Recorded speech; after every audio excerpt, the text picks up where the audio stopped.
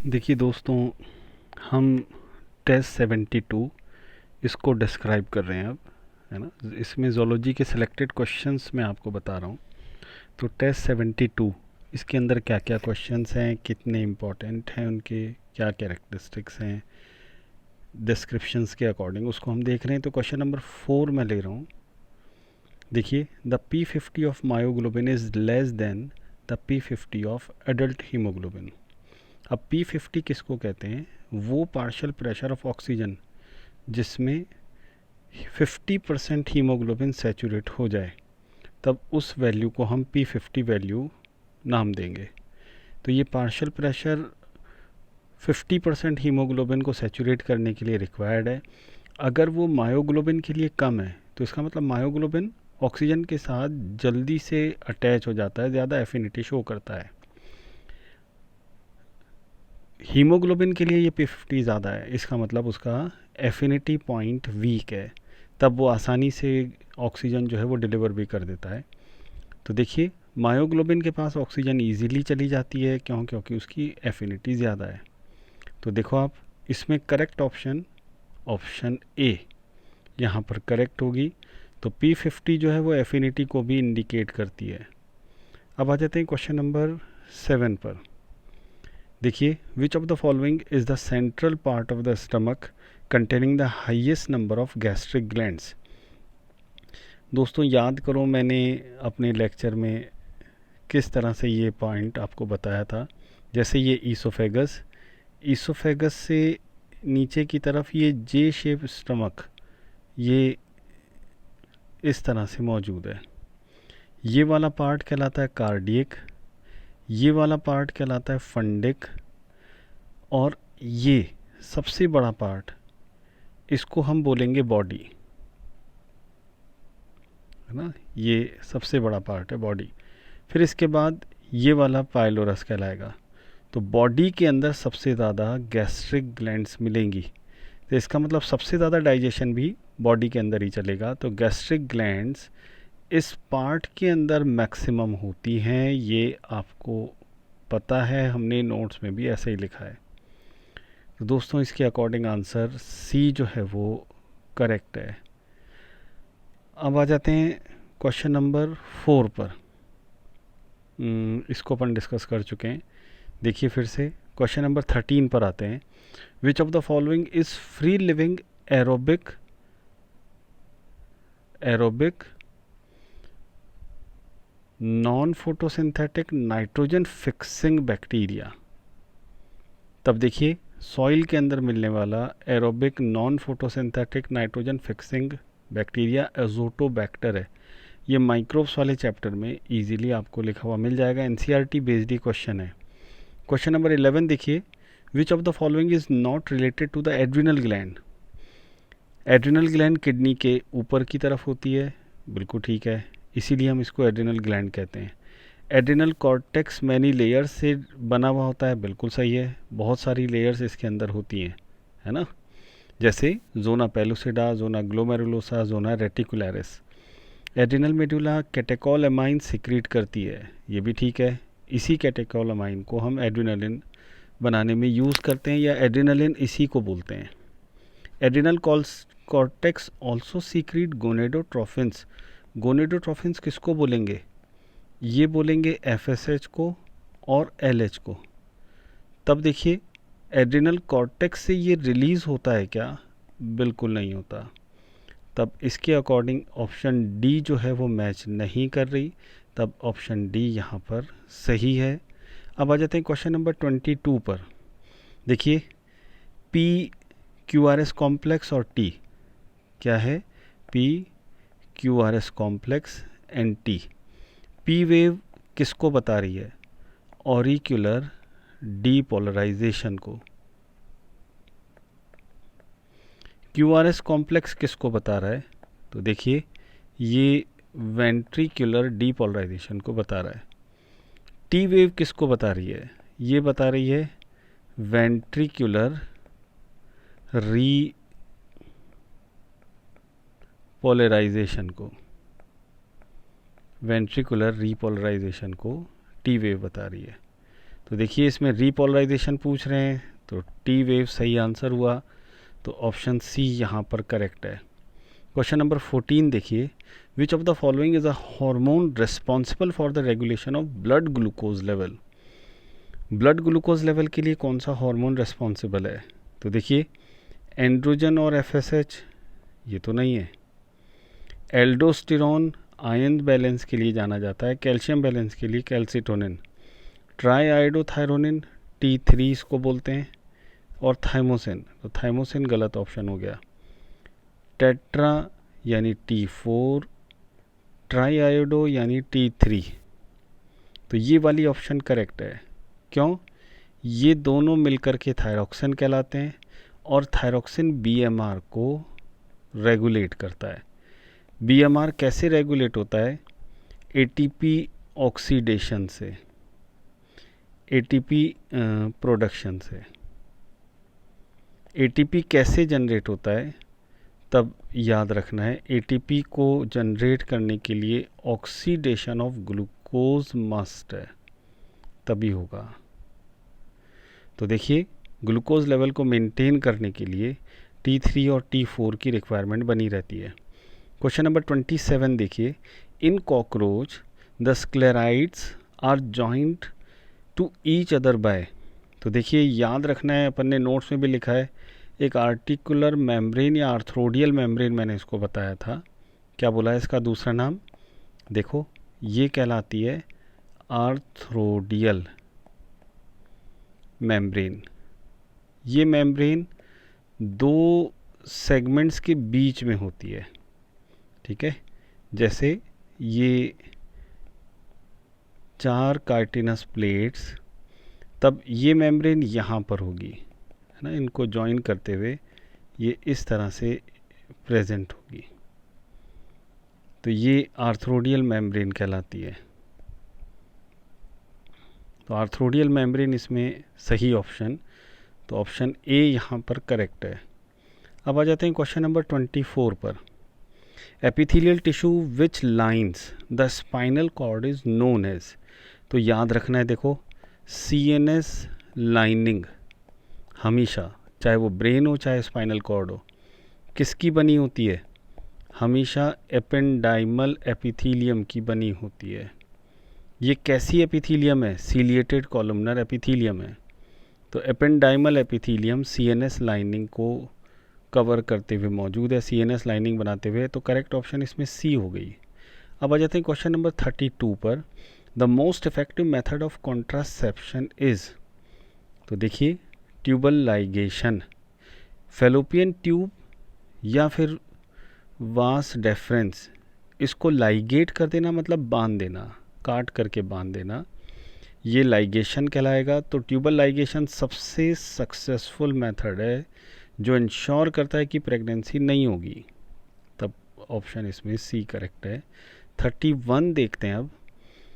If you observe the structure of proteins, disulphide bond हमें किस में मिलेगा? हमेशा ध्यान रखना है, डाइसल्फाइड लिंकेज दो प्रोटीन चेन के सिस्टीन अमाइनो एसिड्स के बीच में मिलता है ना। ये कोई से भी अमाइनो एसिड होंगे, तो जहाँ सिस्टीन आ जाएगा वहीं पर डाइसल्फाइड लिंकेज मिलेगा।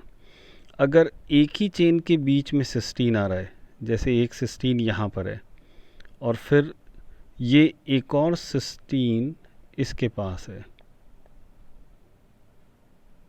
ठीक है, तो ये दो सिस्टीन अगर ये पास पास हैं, और या फिर ये जो दो सिस्टीन है इनके बीच में बहुत सारे अमाइनो एसिड हैं, तब देखिए ये अमाइनो एसिड यहाँ पर लूप बना लेंगे और ये सिस्टीन को आपस में डाइसल्फाइड लिंकेज से जोड़ दिया जाएगा। तो ये ऐसे भी हो सकता है, ठीक है। तो करेक्ट ऑप्शन ए, हमेशा disulphide linkage cysteine amino acid के बीच में बनता है। 42 देखो, in which of the following assisted reproductive techniques the cryopreserved semen is utilized to achieve fertilization। सबसे पहले तो सीमन को फर्टिलाइजेशन के लिए फीमेल रिप्रोडक्टिव ट्रैक्ट में डालना क्या कहलाएगा? Artificial insemination. इसकी दो साइट हैं, कौन कौन सी? एक है इंट्रा यूटराइन इंसेमिनेशन, दूसरा intra vaginal insemination. Success rate fertilisation को लेकर के इसकी ज़्यादा है, तो इंट्रा यूटराइन इंसेमिनेशन, तब करेक्ट ऑप्शन ए। अब आ जाते हैं क्वेश्चन नंबर 40 पर।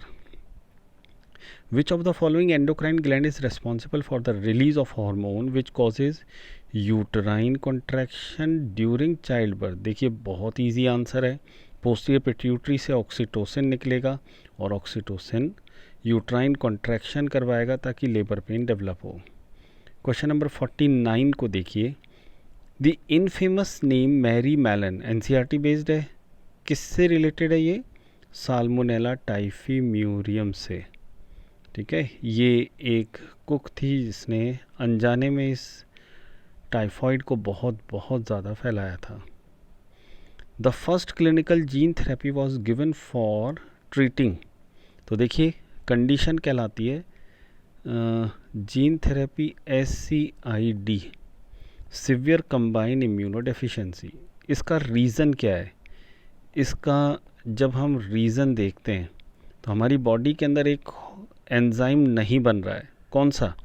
एडिनोसिन डीएमिनेज एंजाइम यानी ADA डेफिशिएंसी हो गई है, जिसकी वजह से B और T लिम्फोसाइट्स मैच्योर नहीं हो पाएंगी, तब इसको हम सिवियर कंबाइन इम्यूनोडेफिशिएंसी बोलेंगे। इसी के लिए सबसे पहले जीन थेरेपी को डेवलप किया गया, प्रैक्टिस किया गया।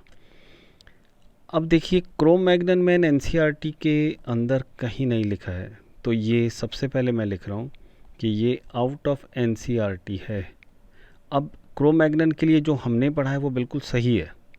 क्या? क्रो-मैग्नन मैन को इसको पेंटर मैन भी कहते थे, ठीक है, पेंटर मैन यानी क्रो-मैग्नन मैन। इसके नाम पर और क्या जाता है? तो देखिए ब्यूटीफुल केव पेंटिंग्स इसी की हैं। इसके अलावा इसने एक और अच्छा काम किया, डोमेस्टिकेशन, ये भी क्रो-मैग्नन मैन का है।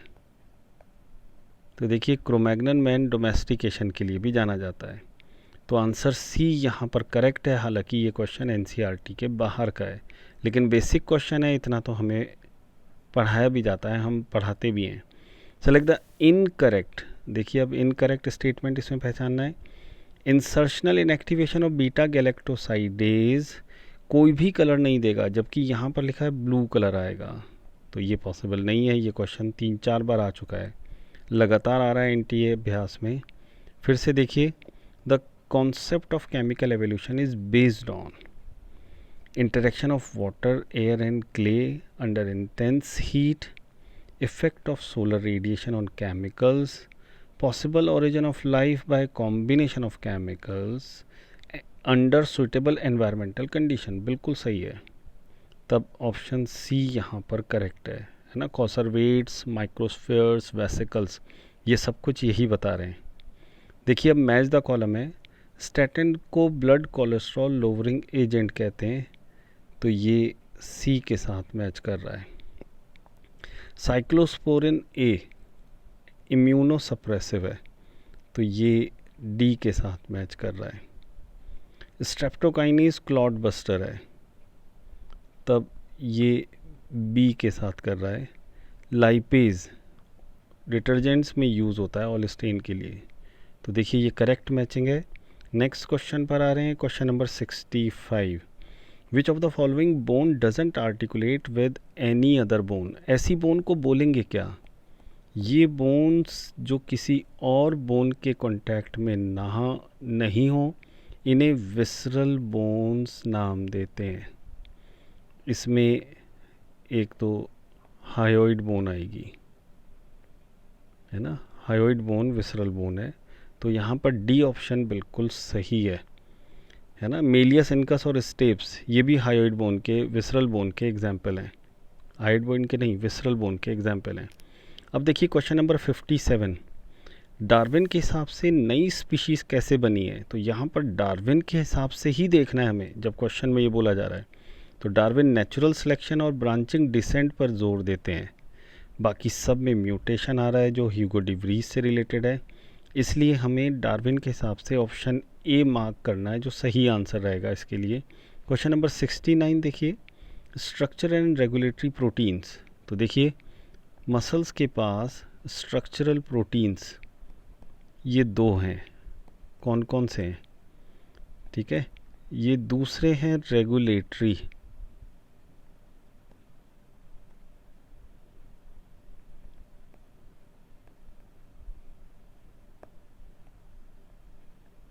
और तीसरे टाइप के होते हैं कॉन्ट्रैक्टाइल।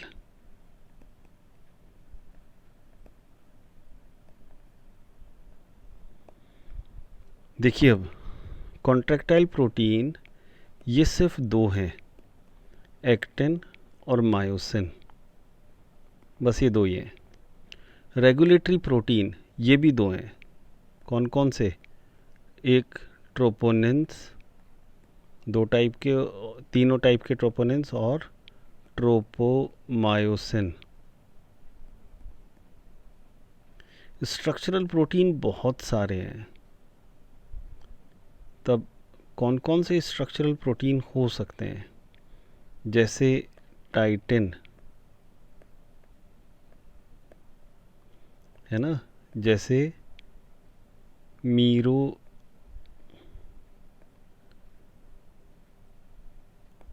मायोसिन, या फिर इसी को मैं बोल रहा हूँ मायोमेसिन, डिस्ट्रोफिन, ये सब स्ट्रक्चरल प्रोटीन्स हैं। तो कॉन्ट्रैक्टाइल प्रोटीन और रेगुलेटरी प्रोटीन ट्रोपोनिन्स और ट्रोपोमायोसिन्स हैं। तो रेगुलेटरी प्रोटीन ट्रोपोमायोसिन है, रेगुलेटरी प्रोटीन ट्रोपोनिन्स है। स्ट्रक्चरल प्रोटीन एक्टिन नहीं है, लेकिन फिर भी देखो यहीं पर आंसर ये सही जा रहा है, यहाँ पर ये गलत हो जाएगा कॉम्बिनेशन में, कोई बात नहीं, आपको ये याद रखना है, ये जो मैंने लिखा है ये इसी सीक्वेंस में आपको याद रखना है। स्ट्रक्चरल प्रोटीन कम से कम 10 टाइप के होते हैं, ठीक है, तब इसमें से कुछ एग्जाम्पल मैंने यहाँ पर लिखे हैं। अब आ जाते हैं नेक्स्ट क्वेश्चन पर, क्वेश्चन नंबर 68।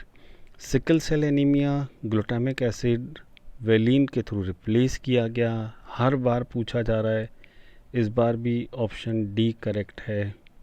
72 इनकरेक्ट स्टेटमेंट को पहचानना है। In birds the chromosome composition of the sperm determine the sex of the progeny. नहीं, ऐसा नहीं होगा, है ना, वही XX और XZ मैकेनिज़्म, ZW और ZZ मैकेनिज़्म डिसाइड करेगी कि किस तरह का मेल या फीमेल सेक्स प्रोड्यूस होना है। देखो अब the adrenocorticotrophic hormone ACTH secreted by anterior pituitary stimulate the secretion of, तो इसका मेन टारगेट होता है ग्लूकोकॉर्टिकॉइड्स को रिलीज़ करवाना, ग्लूकोकॉर्टिकॉइड सीक्रेशन करवाना। मिनरलोकॉर्टिकॉइड को ये छेड़ नहीं सकता, वो किडनी के रेनिन के कंट्रोल में होता है। तब देखिए 71 का करेक्ट ऑप्शन ऑप्शन ए। अब आ जाते हैं नेक्स्ट क्वेश्चन 75 पर। Enzymes having slightly different molecular structure but performing similar activity. तो देखिए सबसे पहले मैं ये लिख देता हूँ, ये टर्म NCERT में नहीं है, उस पर ये क्वेश्चन है, लेकिन बेसिक क्वेश्चन है इसलिए हमें पता होना चाहिए। इनको हम बोलेंगे आइसो एंजाइम्स। स्ट्रक्चर में बहुत थोड़ा सा फ़र्क हो लेकिन सेम तरह की कैटाबॉलिज्म शो करे, उसे हम आइसो एंजाइम बोलेंगे। होलो एंजाइम का मतलब एपो एंजाइम प्लस को फैक्टर होता है, ठीक है। 73 देखिए, Carbohydrates are the most abundant biomolecules present on earth. They are produced by, तो देखिए कार्बोहाइड्रेट फोटोसिंथेसिस से फोटोसिंथेटिक बैक्टीरिया बनाते हैं, एल्गी बनाती है और ग्रीन प्लांट्स बनाते हैं। तो 73 में ऑप्शन 1 करेक्ट है। क्वेश्चन नंबर 90 देखिए, which of the following has it statocyst as balancing organ. तो बैलेंसिंग की ज़रूरत या तो एयर में है या पानी में है।